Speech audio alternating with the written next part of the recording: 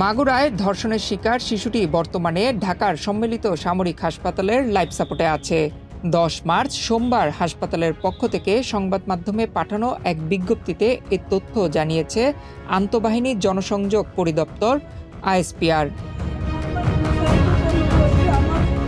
বিজ্ঞপ্তিতে বলা হয়, শিশুটিকে ঢাকা মেডিকেল কলেজ হাসপাতালে সংকটাপন্ন অবস্থায় থাকাকালে 8 মার্চ সন্ধ্যা 6টায় সিএমএইচ এর আইসিইউতে লাইফ সাপোর্টে ভর্তি করা হয়। ওই সময় শিশুটি সম্পূর্ণ অচেতন অবস্থায় ছিল।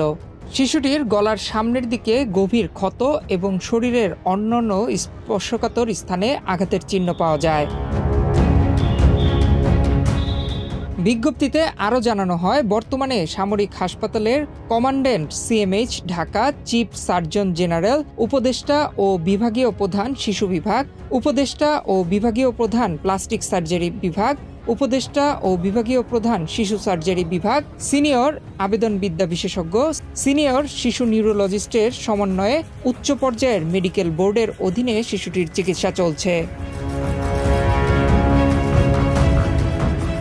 মেডিকেল বোর্ডের সিদ্ধান্ত অনুযায়ী CT scan of abdomen, chest and brain, USG of abdomen, chest X-ray এবং রক্তের প্রয়োজনীয় পরীক্ষা সহ অন্য পরীক্ষা করে যথাযথ চিকিৎসা শুরু করা হয়।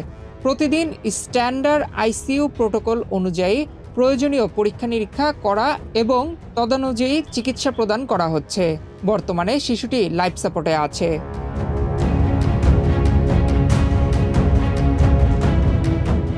এর আগে দুপুরে প্রধান উপদেষ্টার deputy press secretary Abul Kalam Azad Majumdar জানান, শিশুটি চোখের পাতা নেড়েছে, তার অবস্থার সামান্য উন্নতি হয়েছে।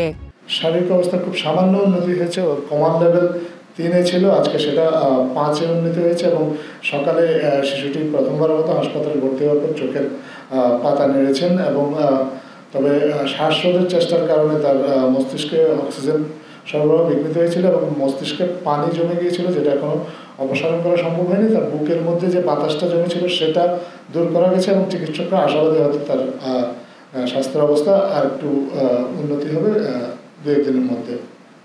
আজকে আমাদের স্বাস্থ্য উপদেষ্টা নূরজাহান বেগম এবং মৎস্য ও প্রাণী সম্পদ উপদেষ্টা ফরিদ আক্তার হাসপাতালে গিয়েছেন সিএমএইচে। ওনার স্বাস্থ্যের নিয়মিত তার স্বাস্থ্যের অগ্রগতি এ বিষয়ে খোঁজখবর নিয়েছেন এবং চিকিৎসকদের সাথে কথা বলেছেন এবং প্রয়োজনীয় দিক নির্দেশনা প্রদান করেছেন।